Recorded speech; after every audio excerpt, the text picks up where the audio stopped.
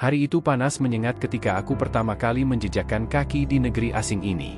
Sebagai seorang TKW, aku tidak punya pilihan lain selain bertahan demi keluarga di kampung. Hidupku di desa terlalu keras, ayah sudah lama meninggal, ibu sakit-sakitan, dan adik-adikku masih kecil. Aku terpaksa meninggalkan sekolah demi membantu mereka, dan keputusan menjadi pekerja migran adalah satu-satunya jalan yang menurutku bisa memberi harapan. Dengan perasaan campur aduk, aku naik ke mobil majikan yang menjemputku dari bandara. Dari balik kaca mobil, aku melihat gedung-gedung tinggi, jalanan yang ramai, dan orang-orang asing dengan bahasa yang bahkan tak ku mengerti. Hatiku ciut, rasa takut menguasai diriku. Aku hanya bisa berdoa, semoga majikan yang akan kutemui baik dan memperlakukan aku dengan manusiawi. Mobil itu berhenti di sebuah rumah megah, jauh lebih besar dari rumah siapapun yang pernah kulihat di desaku. Pagar tinggi, halaman luas, dan pintu ukiran kayu yang kokoh seolah menunjukkan betapa kaya pemiliknya. Hatiku semakin berdebar. Aku menunduk saat seorang wanita berwajah tegas keluar menyambutku. Dia cantik, elegan, dengan pakaian rapi dan bahasa tubuh yang penuh wibawa. "Kamu pekerja baru itu?" tanyanya singkat, matanya menatapku tajam. Aku mengangguk gugup, mencoba tersenyum sopan. "Iya, Bu. Nama saya Sari." Wanita itu menghela napas, lalu berkata, "Baiklah, mulai sekarang kamu kerja di sini. Ikuti aturan, jangan buat masalah, dan lakukan semua tugasmu dengan benar. Kalau tidak, kamu akan menyesal." Suaranya dingin, membuatku semakin takut. Sejak hari pertama, aku sudah merasakan bagaimana kerasnya hidup di bawah atap rumah ini. Setiap hari aku bekerja dari subuh hingga larut malam. Menyapu, mengepel, mencuci pakaian, memasak, hingga merawat anak-anak majikan. Tak jarang aku dimarahi hanya karena hal kecil. Bahkan ketika aku salah memotong sayur, wanita itu langsung membentak, "Kamu ini kerja atau mau makan gaji buta?" Hatiku remuk, tapi aku hanya bisa menahan air mata. Aku butuh uang itu, aku butuh pekerjaan ini. Malam-malamku sering kuhabiskan dengan menangis diam-diam di kamar kecil yang sempit. Namun ada sesuatu yang aneh, sejak pertama kali bertemu, aku selalu merasa wajah majikanku seperti tak asing bagiku. Seperti ada bagian dari masa lalu yang membuatku teringat pada seseorang. Tapi aku menepis pikiran itu. Mana mungkin aku mengenalnya? Dia seorang wanita kaya, sementara aku hanya anak desa miskin. Hari-hari berlalu dengan penuh tekanan. Sampai suatu malam, ketika aku sedang membereskan kamar majikan, aku menemukan sebuah album foto lama yang tergeletak di atas meja. Aku ragu untuk membukanya, tapi rasa penasaran lebih besar. Saat kubuka lembar demi lembar, hatiku hampir berhenti berdetak. Di antara foto-foto itu, aku melihat wajah kecilku sendiri. Aku tertegun, tubuhku gemetar, mataku panas dipenuhi air mata. Bagaimana mungkin fotoku ada di sini? Apa hubunganku dengan wanita itu? Saat aku sedang linglung, tiba-tiba suara majikan terdengar dari balik pintu. "Apa yang kamu lakukan? Siapa yang menyuruhmu buka itu?" Tubuhku membeku saat mendengar suara majikan membentak dari balik pintu. Album foto yang ada di tanganku langsung terjatuh ke lantai, foto-foto berserakan. Aku panik, wajahku pucat, air mata tak bisa kutahan lagi. Wanita itu masuk dengan langkah cepat, matanya membelalak saat melihat apa yang sedang kugenggam. "Siapa yang menyuruhmu menyentuh barangku? Apa kamu tidak tahu aturan?" Suaranya tajam menusuk telingaku. Aku tergagap, berusaha menjelaskan. Maaf, Bu, saya tidak sengaja, tadi saya sedang membereskan kamar." Belum sempat aku melanjutkan, tangannya mendorong bahuku hingga aku hampir terjatuh. "Berani-beraninya kamu membuka barang pribadi saya?" katanya penuh amarah. Aku menunduk, tubuhku gemetar, air mataku jatuh ke lantai. Tapi di balik ketakutanku, ada satu pertanyaan yang tak bisa kupendam lagi. Aku nekat bertanya meski suaraku bergetar, "Bu, kenapa ada foto saya di album ini? Dari mana ibu dapat foto masa kecil saya?" Wanita itu mendadak terdiam. Matanya yang tajam seketika berubah ragu. Dia menatapku lama, seakan mencari sesuatu di wajahku.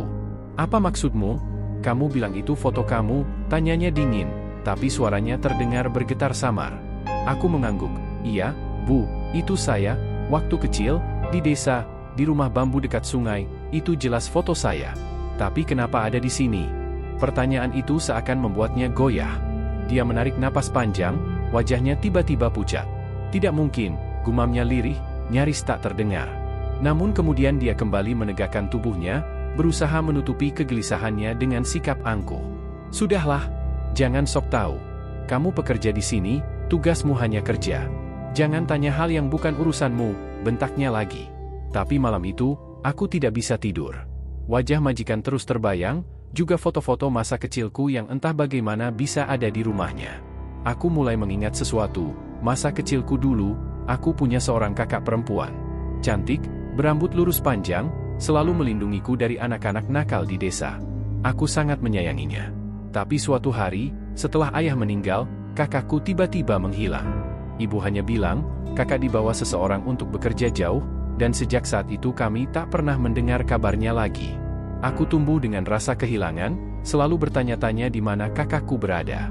Dan sekarang, bertahun-tahun kemudian, aku justru bekerja di rumah seorang wanita kaya yang wajahnya sekilas mirip kakakku. Mungkinkah? Keesokan harinya, suasana rumah itu terasa tegang. Wanita itu, majikanku, terlihat gelisah sepanjang hari. Dia lebih sering melamun, bahkan anak-anaknya sempat bertanya kenapa ibunya murung. Aku memperhatikan diam-diam.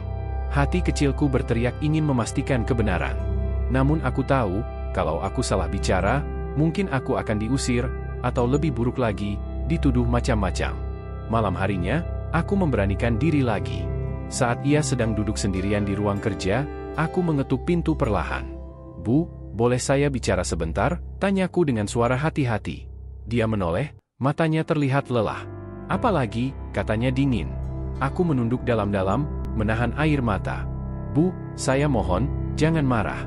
Tapi, apakah ibu dulu pernah tinggal di desa kecil dekat sungai? Apakah ibu punya adik perempuan bernama Sari?" Seketika tubuhnya kaku. Wajahnya pucat, matanya melebar. "Kamu, siapa sebenarnya?" tanyanya terbata. Air mataku jatuh deras. Sari itu, Bu. Saya adikmu." Keheningan panjang memenuhi ruangan. Wanita itu menutup mulutnya dengan tangan, air matanya akhirnya jatuh. "Tidak mungkin," suaranya bergetar. Aku maju selangkah, menatapnya dengan penuh harap.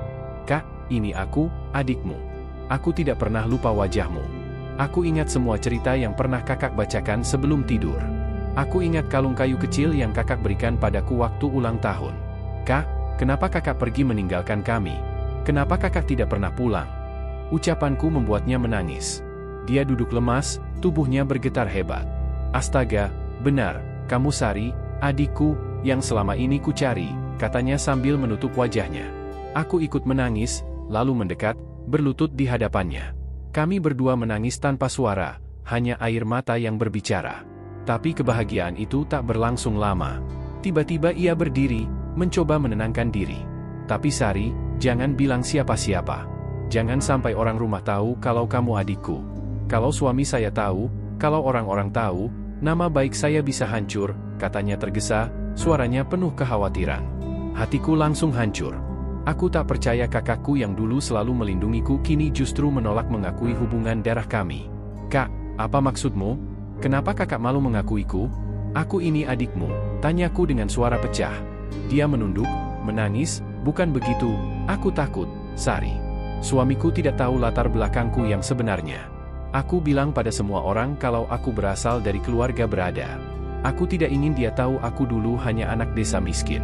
Apalagi, aku malu mengaku punya adik yang sekarang jadi pembantu di rumahku sendiri."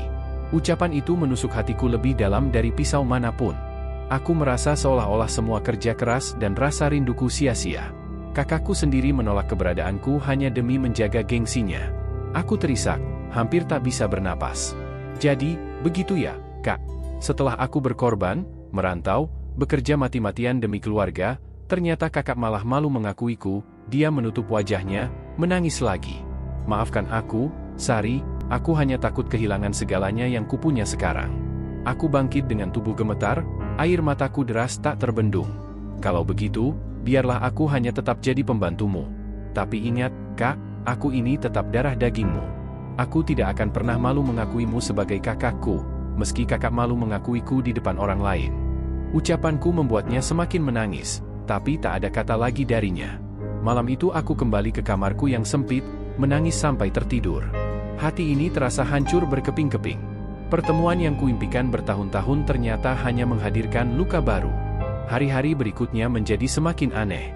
Kakakku, majikanku, lebih sering bersikap lembut padaku saat kami berdua saja. Dia bahkan diam-diam memberiku makanan lebih atau menanyakan kabar ibu di desa. Namun, di depan suami dan anak-anaknya, dia tetap bersikap dingin seolah aku hanyalah pembantu biasa.